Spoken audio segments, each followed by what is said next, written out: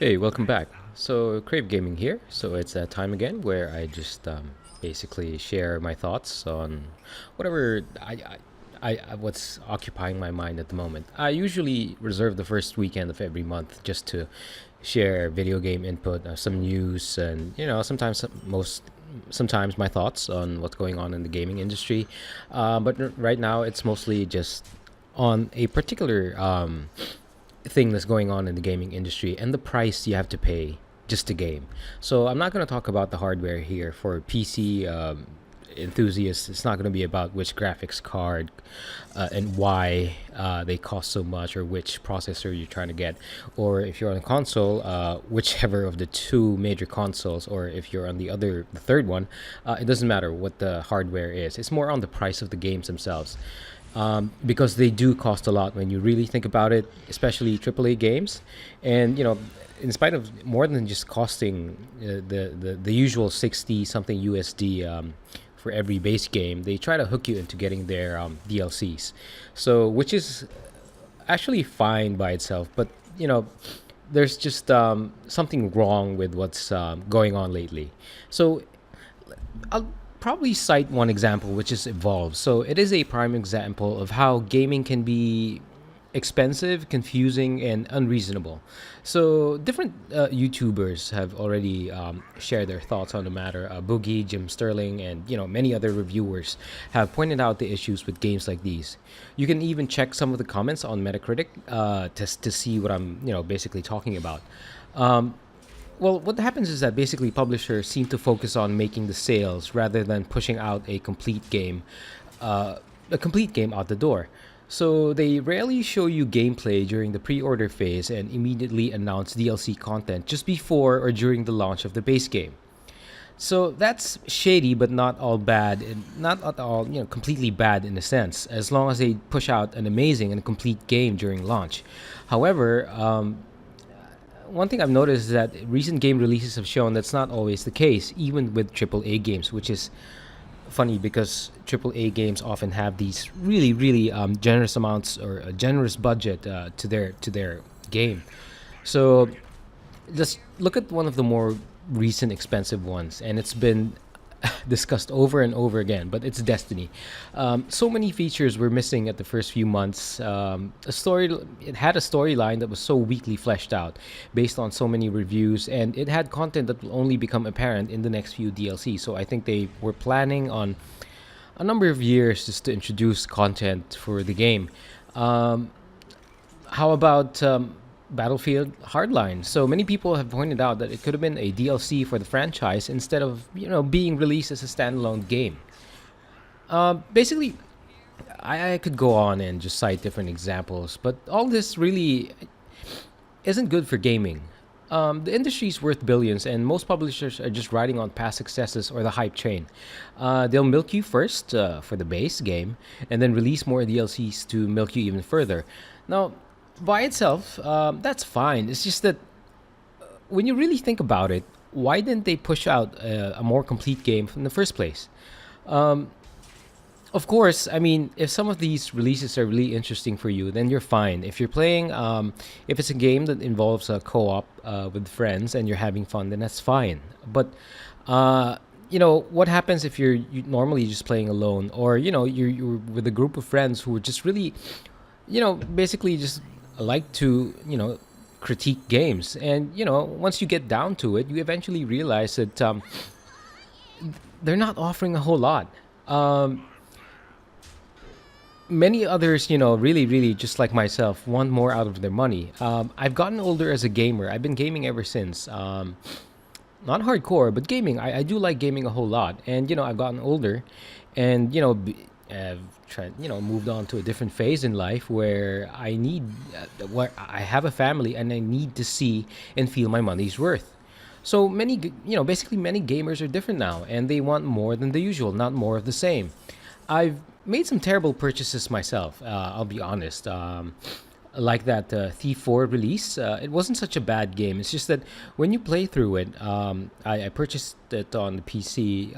While it did look pretty, it's just that while playing through it, you get the feeling that there wasn't really a whole lot there. There wasn't a whole lot to explore. There wasn't a whole lot to do, and it was a pretty big release. And there was even a history behind it, and it felt like when I was playing it that it it could have done so much better and could have offered so much more. And it's just with games like, yeah, that's just one example of where I sort of made a mistake in my purchase. um but it's releases, it's my normal doubt that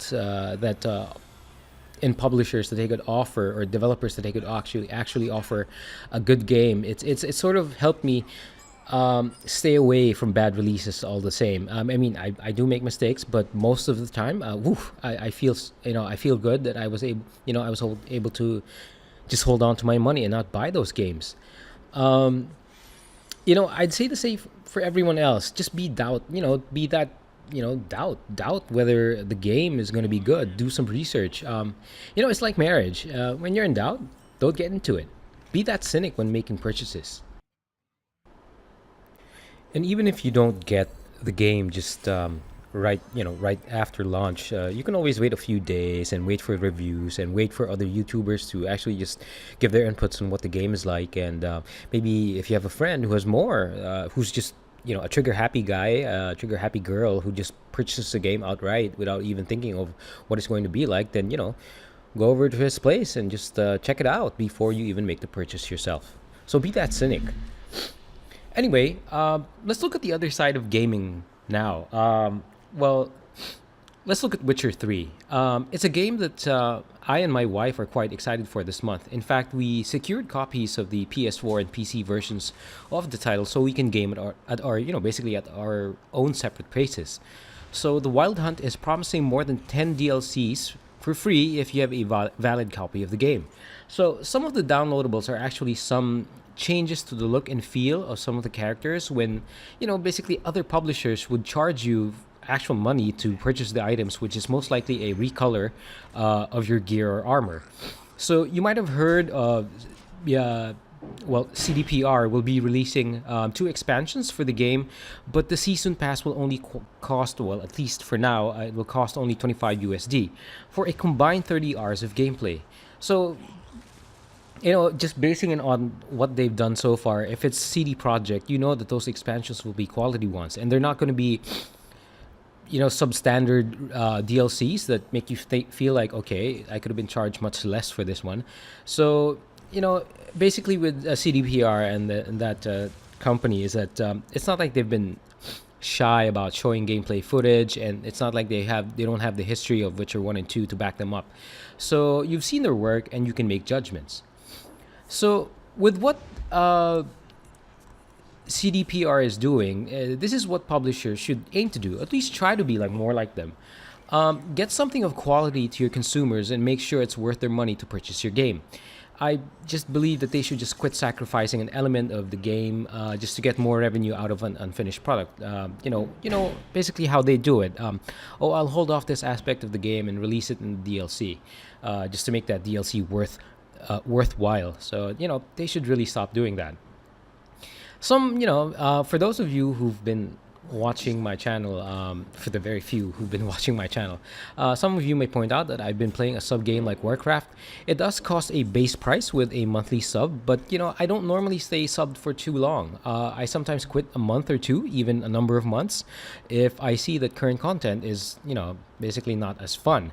So it's good that they've implemented recently this token system where you can buy game time through in-game currency. I believe that it was a necessary change because sometimes you have to, you've got to give your consumers more options, especially with the many different payment models followed by other gaming companies. While I am a fan of the franchise or the MMO, I sometimes feel that Blizzard could put in more, given the sort of predictable cash flow they have. You've got to make sure you always keep your customers happy, especially if you've got a pretty well, sort of steady revenue stream through the subscription model. I was already, to be honest, about around last month, I was already close to the point where I might unsub again. from WoW for about a month or two, but the recent token system changes makes it so that I don't have to shell out anything if I would just want to keep my account active. Anyway, this is quite one of my lengthier Crave talks, but let me just close it off by saying that money does make the world go round, and sadly, it seems that poor quality games are made in the process. So what we can do, bashing products after they come out will only help in post. But the bad part about this is that publishers have already made their money. That gives them permission to keep the hamster wheels rolling. If companies are already building a bad rep, I suggest stop buying their worthless games or wait until they go on sale. Be that patient gamer. If you got to buy a game, if you want to buy a game that might not be worth it, just be patient. Wait out. Look at reviews. Get other people's opinions. You might eventually, if you buy it late, you might have some amount of fun, but you're also telling the devs and publishers that their games were only worth that much, basically sale price.